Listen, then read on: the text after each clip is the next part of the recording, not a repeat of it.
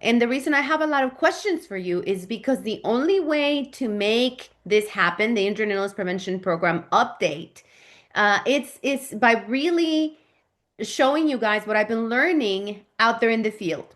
So I've been working with Kalosha Consultation and trying to get some of my clients up to the Golden Gate. Some have passed the test, some have not.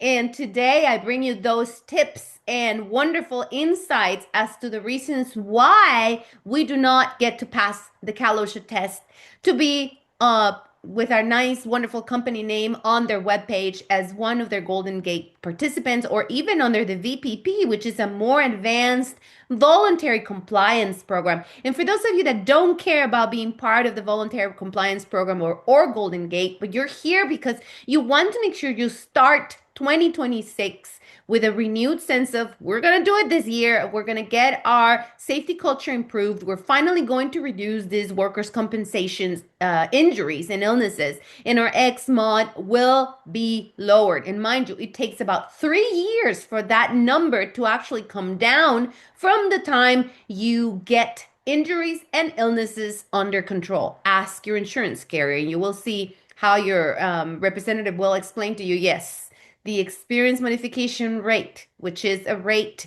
that allows you to be compared with the rest of the same industry, other companies doing the same thing as you do. And if you're above one, that means you have more injuries than the rest of the same type of industry in your same realm and what you're doing classification, right? So make sure that you know that number. But today is all about starting 2026 right. And so I'm bringing you those little tips. Let's get started. You always get a copy of my slideshow. And today I have two slideshows, okay? So I'm going to switch to the one as an example of how I'm distributing this information to many of my clients and how lately it's been working out for us, how we're making this happen, okay? So you get my information, you get my authorized trainer number as on the screen.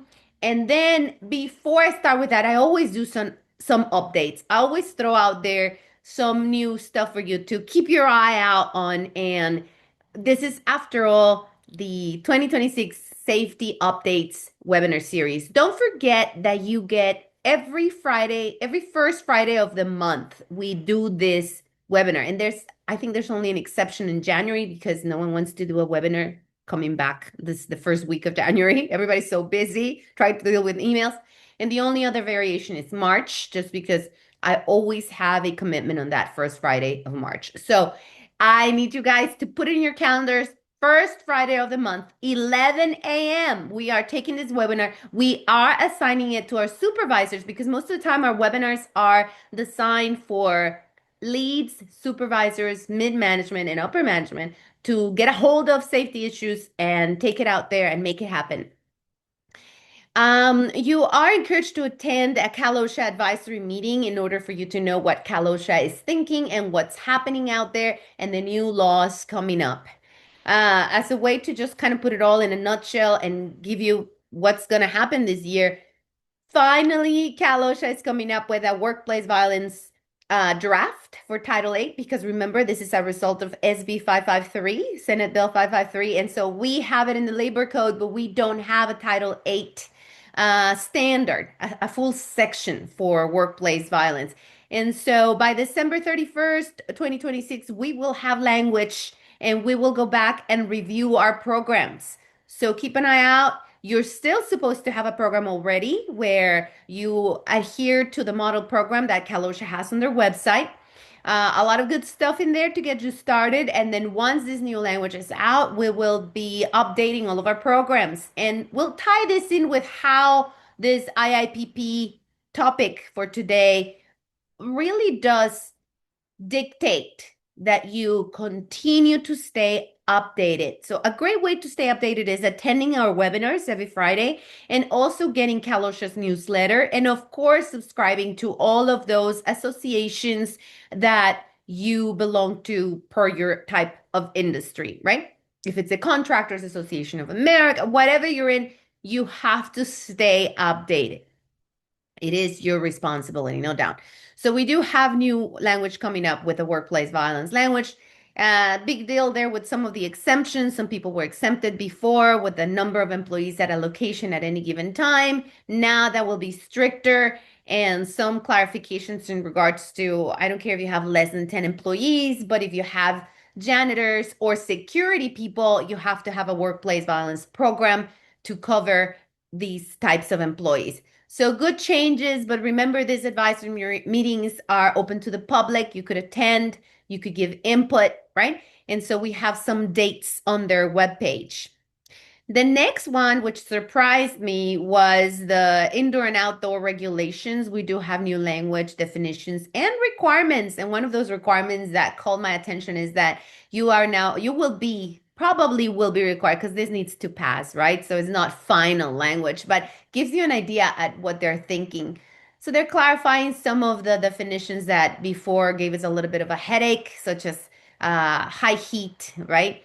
And also, clarifying, and this was much needed, the issues with acclimatization, because it's been very general up to now. And I know most of you on this call think that we don't need any more detail, no more requirements on these regulations. But according to the Bureau of Labor Statistics, we've actually seen a reduction on heat illness, um, strokes and deaths at the workplaces, especially in construction, agriculture, and transportation. So, because this is a huge reduction in deaths and injuries due to heat, the actual regulations continue to be shaped in a way that the protections are greater. All right. So we also have the top 10 most cited, and the IIPP continues to be number one for so many years in a row that this topic today becomes even more relevant. There are some additional labor code definitions that need to be added or will be added to Title 8 in regards to what egregious is and violations that will apply enterprise-wide. Those are already in the labor code, but they will be added. You can take a look at all of this that I am talking about by taking a look at the standards board page for the Kalosha website. All right. So that was my quick, here's what's coming up for you. If you thought you were done with workplace violence and you were happy that you have your program and you've been doing your training and that's it, we will have new language. So we will have to review and see where are we falling short by the end of this year. So, okay, here are my learning objectives. I'm sorry about that slide. I think I forgot to erase it. All right. Here are my learning objectives for today. Number one, understand what triggers an internal, mind you, an internal IIPP update. Because many of you are thinking, wait a minute, there's nothing in the regulation that requires that I look at this program once a year. And then I also want to talk about when is it that Kalosha requires that you provide an IIPP, mind you. It needs to be an updated IIPP. And how do you show that it has been updated, right? And then identify the most common IIPP gaps found during inspections, because Kalosha's number one document that it is asked of employers per evidence in every single inspection is the IIPP, right? So that's the first document you will have to produce. The rest of the documents will have to do with the type of industry you're in and the type of inspection that is being done at your facility, either because you're high hazard or because you had a complaint against your facility and the inspector is there, or because you were under a programmed inspection or a referral inspection, or heaven forbid, a fatality or a serious injury and illness occurs that needed to be reported to Kalosha per your current protocols. I'll talk about that too. You should have protocols to know when to pick up the phone and call Kalosha. And applying a step-by-step approach to updating your IIPP in a way that works, in a way that it is really, truly effective.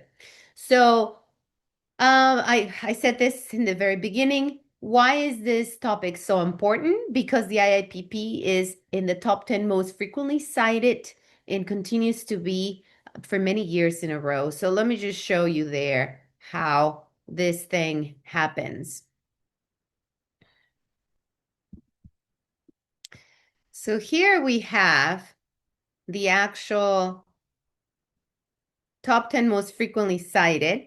And we see here that the top 10 is the IIPP, second is the heat illness prevention program, right? And then the number third is the same IIPP, but for construction sites. Number four, reporting work-connected fatalities and serious injuries, which, as you said, you should have a protocol. So in that one, if you fail to do this, that's a 5 grand fine. And for those of us, that's not pocket change. So you do want to make sure you look good and you do not get cited for not reporting a work-related fatality or serious injury or illness. And there's a definition in the regulation about what serious injury or illness is all about. And then hazard communication is number five. This is all about chemical safety. I know the name confuses many of us. Hazard communication. What is hazard communication? It's all about chemical safety, safety data sheets, labeling, etc. Then the lockout tagout is huge. Lockout tagout, and then you get a lot of issues of guarding right when OSHA is inspecting issues of lockout tagout. They look at guarding as well. Oh my gosh, I hate that portable fire extinguishers are number seven. This portable fire extinguishers uh, appears almost every year. And it's so annoying because it's about that visual inspection that we're not doing every month. And it's so simple and we get cited for it. And when they show up again, it's a repeat violation, which is now more costly. And now it becomes part of our history with OSHA. It's crazy, but it's there. And that's because, let's be honest, it's such a, it's not a issue where we consider this is if I don't do this, my employees are at risk, their lives are at risk, so we don't give it priority. But it's such low-hanging fruit for inspectors that they know they're going to get you in this one all the time. And the other one is always the emergency eye wash and shower equipment. They know they're going to get you on that one because there's no way you're going to prove that you're doing your weekly bump test, for example, or your monthly inspections on those eye washes because you're not documenting them. And again, low hanging fruit for them. Those are simple things that we, companies, organizations, we don't give it as much importance. And then we get cited. And then when they show up again, it's a repeat citation, becomes part of our history, and it doesn't go well with us. Because then at the end of the day, we get to have a complaint against us or a serious injury or illness. When they look at our history, the reductions in penalties are more likely not to take place, especially now this year after the California audit and CalOSHA having to tighten their policy and procedures manual.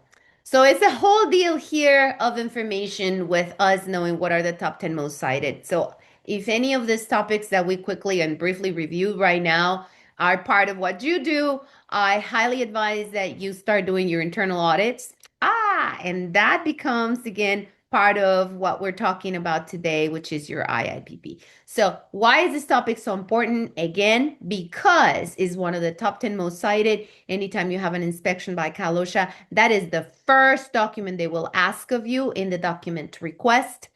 Also, Title 8 California Code of Regulations 3203 sets a whole list of requirements. So the IIPP is required by law. It really is your roadmap to safety. And that's how you should sell it to everyone in your companies is a roadmap to safety. What do you mean? Yeah, we shouldn't be able to do safety without our IIPP because this is a written living management system, right? It explains how our company is going to identify hazards. How are we going to find these things that could hurt our employees? How are we going to correct those things? How are we going to train them? What are the topics we're going to train them? We're going to separate those topics from supervisor topics to other employee topics and new worker safety orientation. So this is very specific, and CalOSHA wants to see that, especially when they show up. They will ask you for your new worker orientation safety list of training topics. They will ask you for the other training topics for company-wide and then for supervisors. So you better have a matrix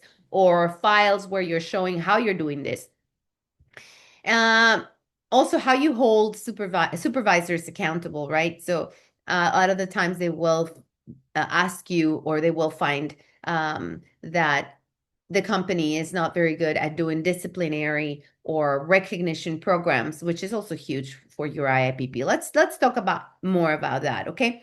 So it shouldn't be a binder on a shelf or some document in your computers. It should be something that is proactively telling you how are you doing. So there's elements to this. And I wanted to show you this. This is a screenshot of one of these IIPPs I put together for one of my clients. I want you to know the following. Um, AI is wonderful. I love AI. I'm using AI all the time. We should incorporate the use of AI because if we don't, we will stay behind, no doubt. Be careful how you use AI. Um, Last year, I had three different clients where California showed up. And now I say clients because now they engaged me. But at the time they called me up, they were calling me up because OSHA was there at their job site and they were requesting a lot of documents. And the two most requested ones, the IIPP, the heat illness prevention, workplace violence number 3, but the IIPP. And then they go, and I haven't looked at my IIPP for so long that I just went ahead and produced one. And sure enough, when you ask AI to produce one, AI will give you one right away. And it's short and it's concise, but many times it will not pass the test because there is a lot of nuance to what Kalosha wants to see in that IIPP. So I would say, okay, that's great. I'm glad you generated all of this. It'll help us to actually put together your needed IIPP, the one that you're going to turn in. So uh, I always put table of contents in that either first page or your footnotes, you always want to make sure that you have a date that reflects your revision number. So here your screenshot is not showing the top of that page where I will have your company logo and I will have your revision number, right, with a date and who revised it. So all of that is information that you need to have in your IPP. So when you give it to the inspector, they see, oh, this was just looked at this January 10th or whatever, and that the information within it is also updated. So if your safety director was your human resources person and no longer your company grew last year and now the HR person is no longer in charge of safety, that you reflect that change. It could be environmental health and safety personnel, and so you have an administrator, etc. But it does have a series of elements per 3203 that are required to be in this table of contents and well explained within the body of your written document. So it's responsibility, compliance, communication, hazard assessment, accident exposure investigation, hazard correction, training and instruction, employee access to the IPP, and record keeping. Number 8 was fairly recent, or yeah, it was required probably a couple of years ago that you also added there a section how employees access your IIPP, meaning if they want a copy, and you have to explain it. And the language in this employee access to the IIPP in the model program adds to it that you are actually explaining it to them and that you have to say how you explain it to them. And that's where I have some good tips today. So Kalosh expects the IPP to be reviewed at least once every 12 months, so once a year, but that language does not appear in the regulation. But it is important that you review your IIPP so that it reflects current operations, current hazards, and current supervision and training practices. So in 3203A, the language is effective July 1st, 1991, every employer shall establish, implement, and maintain an effective injury illness prevention program. So that effective word is what triggers these reviews and what makes sure that you at least do it every 12 months or when certain things happen.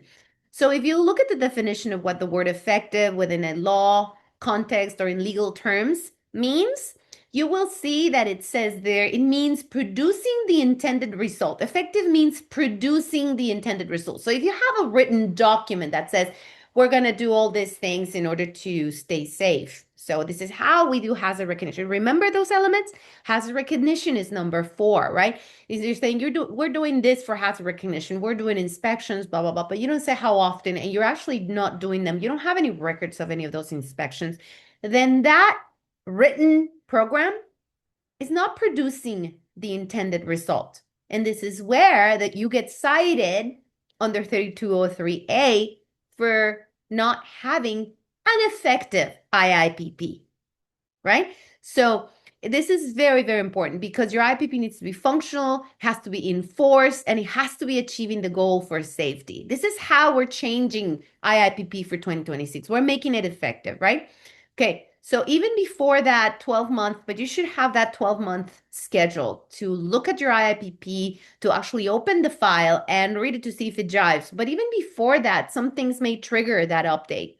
And it could be because you had a workplace serious injury and illness, even a near miss that could have produced a severe serious injury, illness, or a fatality. And that will trigger that review of a lot of the parts that move this IPP to be effective. So it doesn't mean you're going to update the entire document, but you may have to update the new worker safety orientation list of training topics. And that is already an update to your IIPP.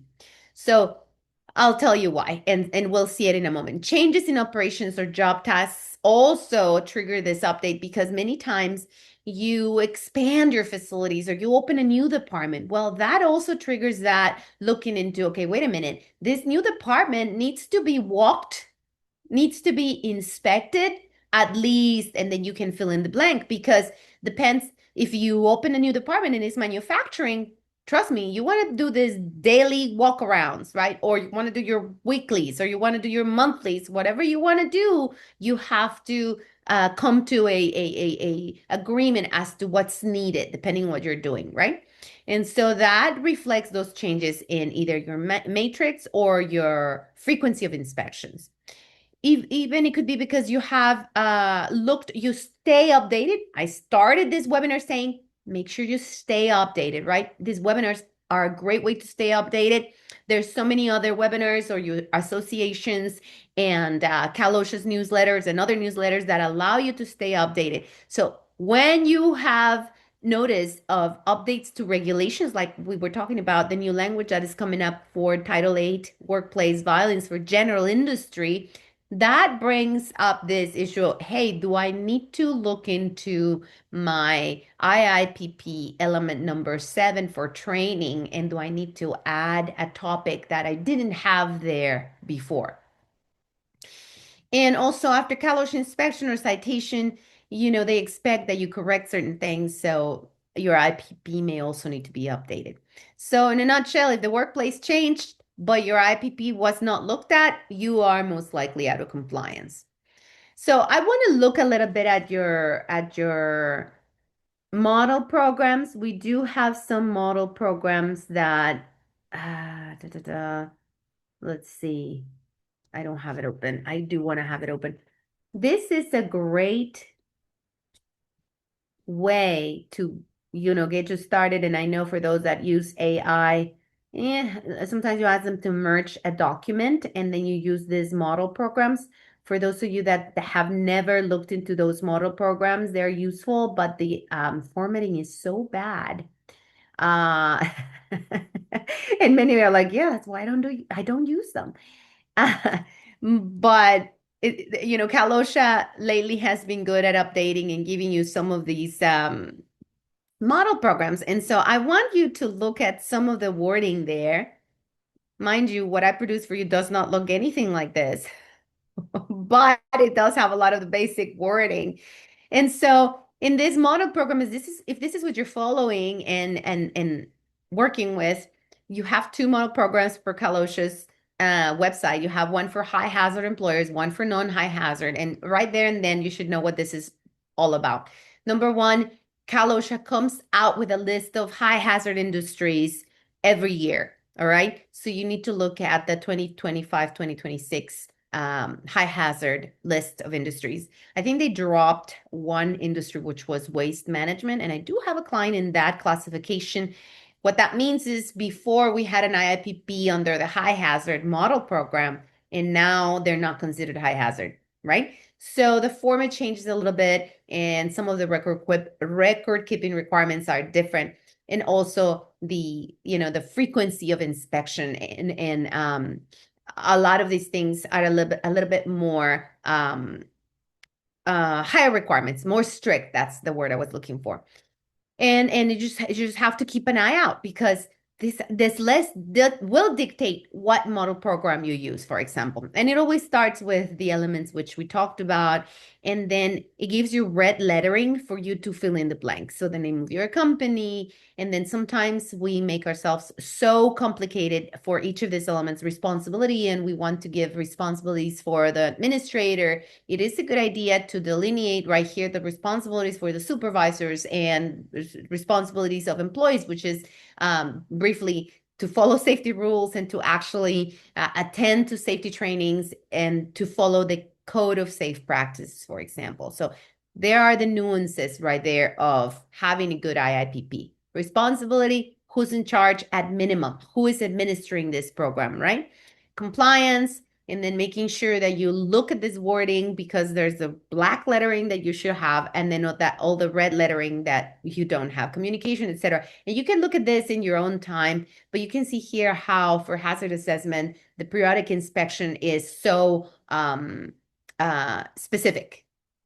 What are the areas of your work environment? Who's the competent observer for these areas, and how often are you going to be doing these inspections?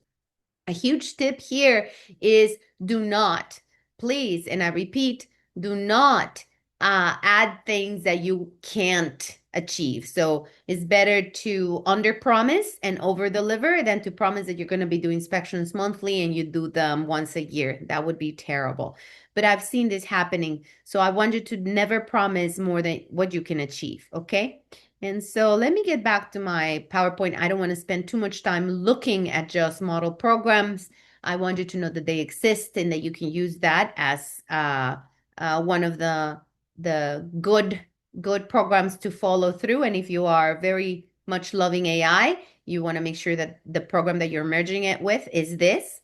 I love tables of content, and there's some things here that the model programs do not highlight, but are needed. For example, reflecting the date of your revision, that make sure you make a note of that, and ensuring that you actually know whether or not you're a high hazard or a low hazard type of employee. Here's some wording from that model program.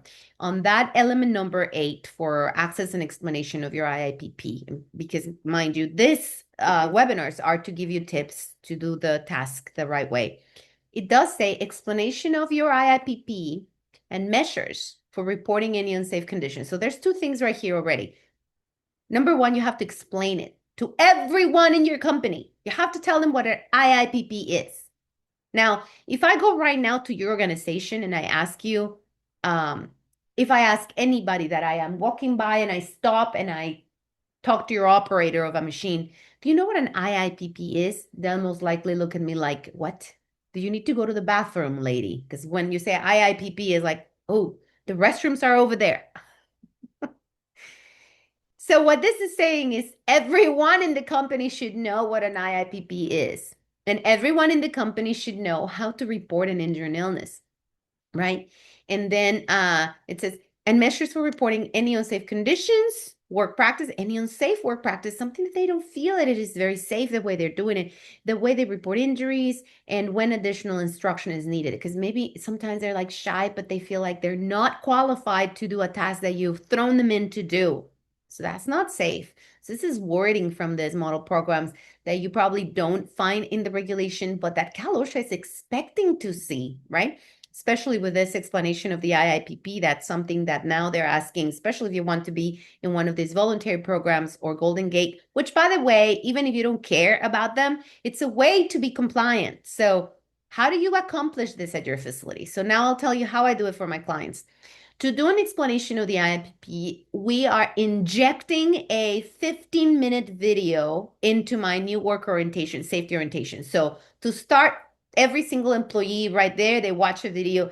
It varies depending on your facility and your company. I have videos that last 10 minutes where it's, hi, this is Alba, and I'm here to tell you all about your IIPP. And that's mostly because I put together your IIPP right along with your safety director. And so I know everything. I walked your facility, I know your facility, and I'm talking to your employees. An IIPP is the roadmap to safety, right? And it's a video where you're going to say it's eight elements and you highlight in the slideshow element number one, responsibility. And then I have the LinkedIn picture of your safety director right there on the screen.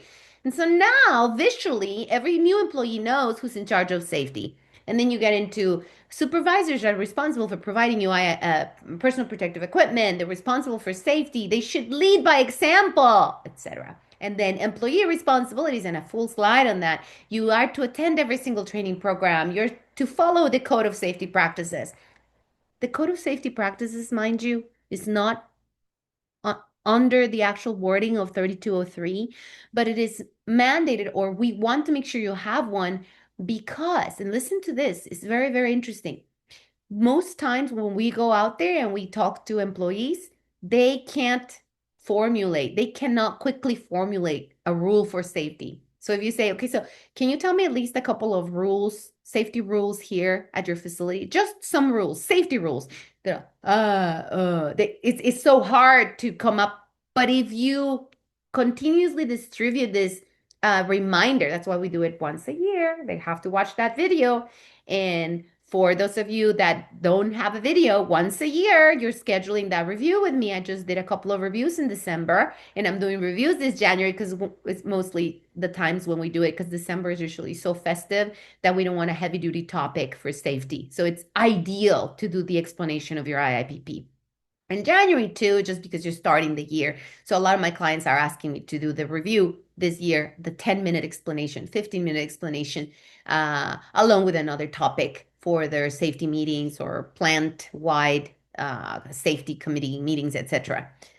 So how do you accomplish this? That's an idea. So through a video or through your yearly or quarterly scheduled all hands training topics, right? Now, I have another question for you. How long ago did your organization or you on this call reviewed your IIPP and made changes? So now I'm going to wait and see in the chat if any of you have actually looked at your IIPP this year or in the last month or so.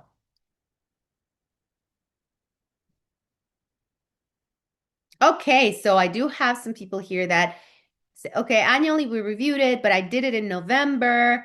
Okay, 2025, July. See, I love it when you give me a month. That means you actually did it. July 2025, last month, March 2025, currently doing it. Fabulous. April. Okay, so you are scheduling this review and you're looking at every single one. Listen, this document is not a very long document, but it does allow you to see if you have some of these things that you might be missing. Today, you get to make your notes. So the explanation of this IIPP is super important. Great. Next one. Okay, so here's a little bit of that example that I was telling you. During this slideshow, these two screenshots that I put here on my screen are directly from a video that I made for one of my clients. And this is how I start. So it's my face saying, hey, what is an injury and illness prevention? I tell them, it's our company workplace safety game plan. It explains how we find these hazards, how we fix problems, how we train employees, etc. And I tell them, by the way, it's a whole written document. It has a table of contents that you can jump from one topic to another. So if you need a copy, and then we tell them how to get a copy. I also go through the entire code of safe practices. We actually read these rules because remember, it's so important that they are able to voice out a rule or two, right? So I already asked this question. Here is a question for all of you on this call. Do you have a code of safe practices? And are you distributing it company wide?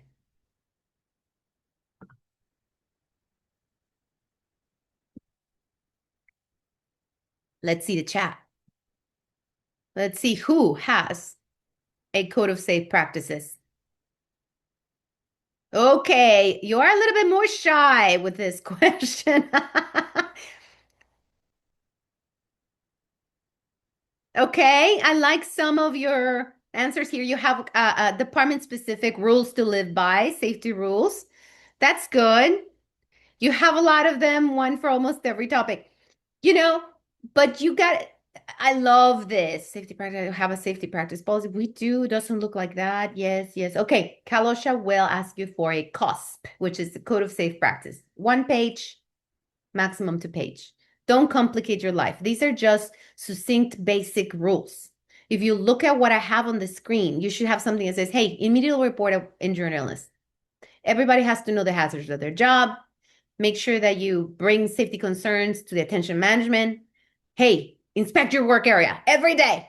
Next, provide suggestion concerning safety to your supervisor. If you lift, you got to get trained. Don't lift without training. Next, office workers, you have to know what are the principles of office ergonomics. Next, wash your hands.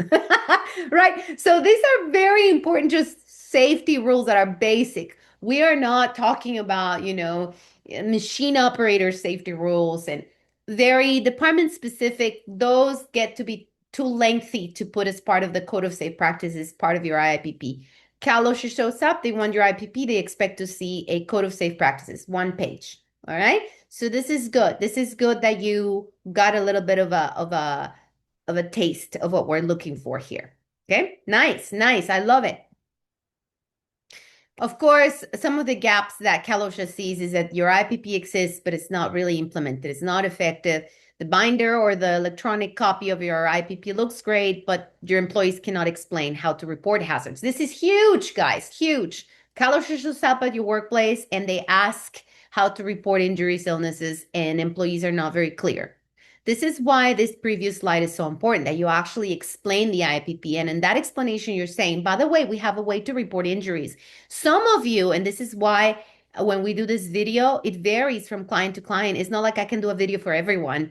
It really is very specific, where this video says, by the way, here is a copy of our flow chart on how to report injuries. Number one, it starts with a how serious is this? Do you need to call 911? Is your life in danger? Or can you call your supervisor right away and then place the call to the nurse, the triage nurse? And the triage nurse is actually now going to guide you and tell you you got to go to the clinic. If you go to the clinic, the next step is A, B, C, and D. Or if you have to go to emergencies or ER, what are the next steps? Because now emergency, are you under observation? Now are you going to be admitted, etc. So through a flow chart, now we explain how to report injuries. And guess what? Next time OSHA shows up and they ask an employee if they know how to report an injury, and they can just spit it out. Oh yeah, yeah, yeah. Actually, in our smartphones, we have a button here that says, reporting an injury, and it reminds it.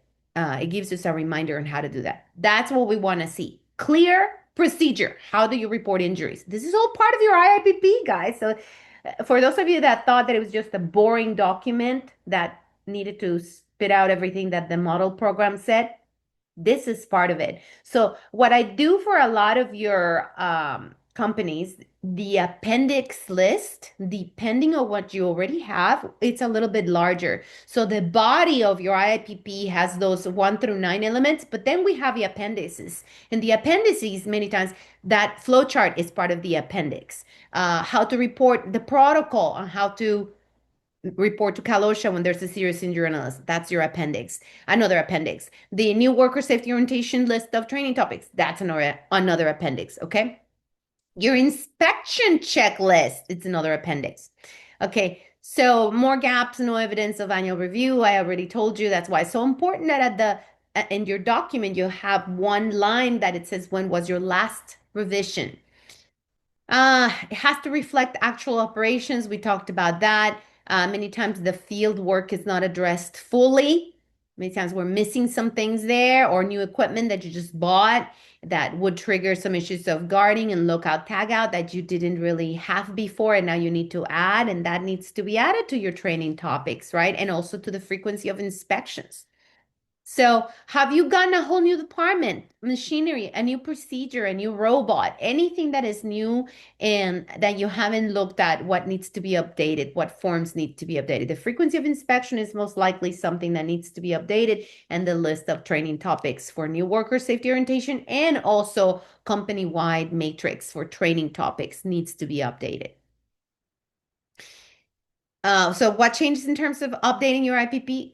Precisely that. And also sometimes it adds things that you may want to add one more line to that code of safe practices. Right. So inadequate hazard identification process. Many times we have no routine inspections, no checklist, no employee participation, no follow-up and tracking. This is huge because the hazard assessment and correction is not something that Kalosha will let go of. They want to see that you have documented inspections, either, pictures or a log of if it's daily. With field work, daily is a must. Okay, so for those of you that have field work, daily is a must. A way of documenting that you went over the hazards of that job site and how did they get corrected. You have to have a way to prove that those things were corrected. How did you obey them, right? So how often do you do internal inspections? Remember that the regulation doesn't require that you do a monthly, quarterly, etc. It really does depend on what you're doing. If you have no field work, you're not going to have that very daunting requirement of determining whether or not you need daily inspections. Because for field work, construction work, daily is a must. Tree workers, daily is a must, right? Janitorial, yeah, because every single building that they get sent to is different, right? And many times that can be streamlined, okay? It can be streamlined because then you get into, okay, is the same building for a whole month, or it'll be the same building every quarter. So you get to know how you're going to manage those inspections, what makes sense. No clear system for hazard correction, so there's no pictures on how you corrected it, who corrected it, and the date. How do you document it? So that's super important. Do you put it right there on your inspection sheet or do you have a separate form? Either or, just have a way to do it. A lot of you are going paperless, and that is the way to go. Are going paperless. You should all be paperless. And smart devices that you can take pictures and a way of having forms, software that documents how you corrected the hazard. That's what we need. The next one is training is incomplete, infrequent, undocumented. So new worker safety orientation is very, very important. Cal OSHA requires that you have this. And it looks a little bit like this, okay? So I have a picture of, wait a minute, what did I do with a picture of that? Training, new worker orientation safety training. If I don't have it in my slides, I will send it separately. But it basically is a list of the core topics: emergency action, hazard communication. And when I say emergency action, that means that from day one, employees know how to find exit routes. That from day one, they know that there's some supervisors that can provide first aid and CPR, that they know how the alarm is going to sound, and that they will be participating in drills. They have to know these things. Hazard communication, that you don't send them out there to work with chemicals, that you have a way of explaining them what is the safety data sheet, why are the labels so important to read the label before, and if they're going to be mixing chemicals, what is the safe standard operating procedure? How are the steps to that task, right? So those are the basic ones. There's a whole list of them. Of course, you're going to explain to them the IIPP as part of the new worker orientation safety training. You're going to give them a copy of that COSP, the Code of Safe Practices. Once again, it needs to be so brief. You can't have 1,000 rules, right? You can have them by department and you can tackle them for your tailgate meetings. But in your new workers safety orientation, you need to give them that code of safe practices. Okay, disciplinary system is there, but it's on paper only. And many times we do not have a way to show that people have been disciplined. This is important because many times we do verbal warnings or we counsel people, but we don't document it. And if you don't have anything within the last 12 months, Cal OSHA feels that that's not effective. That we all make mistakes. You should have some way of disciplinary records. Okay. Here are my questions. Can you show records of disciplinary action, right? So those are good questions to ask you in order to see if your IPP is effective. Everything in blue. And when you get a copy of this, you can circle those where you have the most weaknesses, right? So I talked about this. Employee hazard reporting system is weak or known and workers do not know, or your code of safe practices is not used and nobody knows what that is all about. So here is where I need to ask you, do you have a way of anonymous reporting option? Okay, so let me see that chat. Does your company have a way for employees to actually express concerns anonymously? Okay, great. How many of you still do suggestion boxes? Yeah, so many of you do safety. Okay, suggestion and safety suggestion boxes don't work. Okay, nobody opens them up unless you really have a nice tight program where someone is in charge of going there and dusting them off, really dusting them off. There, most of the time I find them without a key, so no one wants to use them because you have cameras throughout the facility and then they will see when you dropped the actual suggestion in the suggestion box. So suggestion boxes do not really work. If you have a good system, please give me your feedback. I want to know how is it that you're making it work? Because in the many decades, hey, I'd like to say many decades, it's almost 2 decades of me doing safety work. Where 2000, yeah, it's okay. I see that safety boxes, safety suggestion boxes don't work.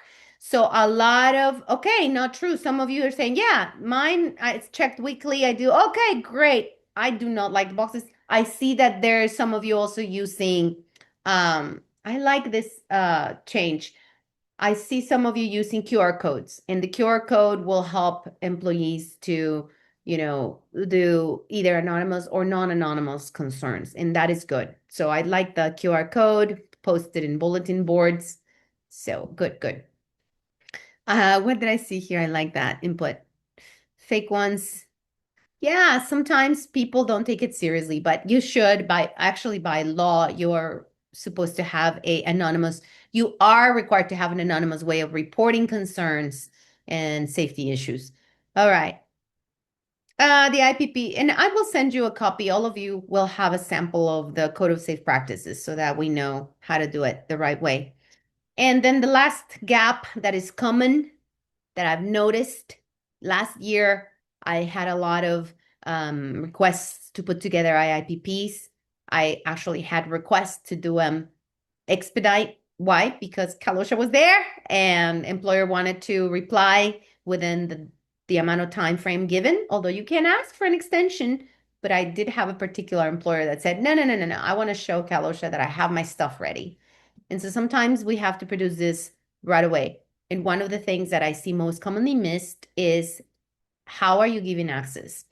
And you have to explain it in your IIPP. You have to say, you access, and then you have to say the name of your supernet.com. You have to say how they access the electronic copy. You have to describe the steps on your IIPP. Very good. Okay. So I already talked about that, explained that they have the right to access the IPP and also that they can get an electronic or hard copy if they want it. Most IPP citations by Cal OSHA to employers is not because you don't care. So we know that that is true. We want people to be safe. So it's not that we don't care, and that's not the reason why we get cited. The reason we get cited is because no one really is checking if our program is actually being used. And so everything that I gave you today is giving you a chance to say, okay, so now I see how we're going to really starting to use this written program. Because if I take January as my, hey, we're doing a start of the year IIPP explanation meeting. Now everybody is on board. Okay, so now they told us about this IIPP. And one of the things that everybody starts going, whoa, okay, so now there's this lady or even your safety director saying, by the way, remember, element number one is responsibility. And there's a list of responsibility for each one of you. Supervisors are responsible to set the example for safety. So now all of a sudden they look at the supervisor walking without their hard hat in an area that it is required, and they go, where is the leading? And a click picture sent to the QR code, safety concern expressed, right? So now that IIPP starts being effective, is useful, as something that is a live document. It's not the unicorn that we can't find. Safety culture is like a unicorn that doesn't exist. We can't find it. But when we start doing these things that we're talking about today, you will see a change. Steps. If leadership starts leading by example, you will see a change. So that's how we get that effective and updated IIPP, by distributing this information, starting with that explanation, either a video or making sure that it is part of your number one topic every year to explain the IIPP so that supervisors are reminded of it. Number two is really scheduling those inspections and telling employees that they're in charge of their areas. They should be inspecting every day before they start work and throughout the day if new things come up through the day, especially for field workers. Step three is making sure people have a way to correct hazards and document it by taking pictures, by writing their name, by saying what they did to change it. Number four, making sure that people do receive training and instruction. And for those that miss the training, how are you making sure they make it up? Because people miss, they get sick, right? So you have to have a way of offering that same topic in different ways. If it's not live, it's video through software, or actually assigning supervisor to have makeup sessions. And then step five, really getting that involvement. That's why those ways of having anonymous systems of complaining or expressing concerns are so important. And I know some of you tell me, well, I do have a very good relationship with my employees. I have an open door policy. That's all well and dandy. You still should have an anonymous way of expressing concerns, a system. Here is that list that I was talking about. So here is an example of, and this is obviously for one of my clients that is in the food industry. So a new worker gets told about the code of safe practices. So he gets his initials there, the IIPP, ergonomics, proper lifting techniques, hazard communication. So it probably will take a full 2 days to train this worker, because if you're doing it according to regulation, you're spending a good hour, hour and a half on ergonomics if he's going to be assigned to packing, right? And if he's going to be assigned to food conveyor belts for packing and for inspection of food items, etc. So ergonomics is going to be huge. Hazard communication, safety, meaning ensuring that they get to do chemical safety the right way. Emergency procedures, you're going to explain where are the emergency equipment, how to use it. In some first aid, if it's for heat illness, etc., you're going to cover under heat illness, which is topic number 10. Then if they drive a forklift, you're going to have that there. Or for those of you, if this is, let's say, a different company and you have a fleet, you would put there defensive driving. Nine is cold storage safety. That's super important for people in the food industry. Heat illness prevention for indoor and outdoor, slip, trip, and fall prevention. And mind you, I didn't add here ladder. Portable ladder safety is topic 17 is there as well.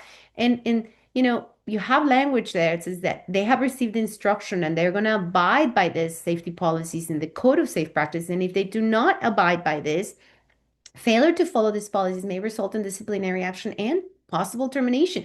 This is, I mean, human resource people love me for this document. They're like, yep, I need this. Thank you very much. And make sure you have a good, tight safety training orientation program for new and temp workers need to be included. I don't care if your temp agency is saying that they already trained them in all of these topics. You train them when they get to you, please, because we've had too many serious injuries and illnesses because of a temp worker was not included in the safety orientation. In real practice, many organizations do not have good incident investigations. So if you want to have a good IIPP, you have to have a good incident and near miss investigation process, right? Everything is reported, everything is investigated. Supervisors get trained on how to do root cause analysis. And this is one of the biggest gaps I've seen over and over last year and the years before. Supervisors do not know how to do root cause analysis. Very few are able to do it. We offer courses, guys. We've done injury and illness prevention workshops. We're going to offer them probably this year. And we're going to offer incident investigation courses as well. We need to take these courses. Part of injury and illness, I'm sorry, part of that incident near miss incident investigation, which is element number 5 of the IIPP, is if someone goes to the hospital and they get admitted, what do you have to do? You got to have a protocol and make a decision to call Cal OSHA. You only have 8 hours from the moment of knowledge. So here it is the section 342 that says you have to report immediately. And if you don't do it within that 8 hour, if it's a serious injury, illness, or a fatality, you're going to have to explain to Cal OSHA why. Why didn't you do it? And most of the time has to do with some fault in your protocols. Okay. So this is part of your IPP. Some of you on this call are thinking, oh man, yeah, we don't really have a nice, good, tight process protocol on how and who gets to make the call. So that's important. This is an example of a form we use for root cause analysis, and we do not allow our supervisors to leave anything blank. Last but not least, record keeping is not one size fits all. Make sure that you review the record keeping section, which is element number 9 of your IPP. They're based on the requirements for record keeping is based on the number of employees you have, your experience modification rate, and whether or not your industry is designated as high or low hazard industry. That makes for the determination as to how you keep records. Make sure you update that and you review it today as part of updating your IIPP and making it effective for 2026. All right. I hope we covered all of our objectives. It is 11:59 and I am open to questions now. So we did go over what triggers that internal review or what Kalosha will also see that you didn't comply with that update. We went over the most common gaps found in your IIPP during inspections and that step-by-step approach to updating your IIPP. I will send you this. Oh, I did promise you that other sample presentation. I will also provide it because I want you guys to have a way of getting this done, of making sure you start 2026 with a whole new resolution of making safety happen. Here is that example. I'm going to do a new share. So here is I recorded a IIPP explanation for one of my companies, one of my clients, right? And this is what I used. And what I like about this, if you can see, is that of course I have their logo. I erased it to show it to you, but I have their logo and then I tell them, we have a program and then we go over that. And then you can see here in the slides that we have, the picture of the entrance, the responsibility. Here is where I said, and you talk to them and you tell them to pause the recording to read what are the responsibilities. If you don't want to just read and make it boring, it's better to say that. Pause this recording and read it yourself, right? uh, how do we do compliance? How do we do communication? How do we find hazards? And then you talk a little bit about some of the hazards in their facilities, right? And use some of the pictures that you've taken during your own inspections, right? And show it to them and say, here are the things that we look at. And things that we've seen at these are real life inspections and pictures that I've taken from your facilities. So a video that brings pictures is worth 1,000 words. Here is where I also tell them, hey, incident investigation is not about pointing fingers. If something happens, we want to know, we got to get to the root cause and we want you to participate. First and foremost, I want to ask you, what do you think could have been done differently so that this doesn't happen again? And so employees get like, oh, okay, I know now. And then you also talk about how to correct hazards because it has to start with this new thinking of elimination. Okay, so, and this is my example. Some of you would like to get a copy. I'd be happy to send it to you also of that code of safe practices because many of you need to tweak it and make it a one page so that rules are more general, succinct, easy to remember that I shouldn't be horseplaying at the work site, that kind of thing.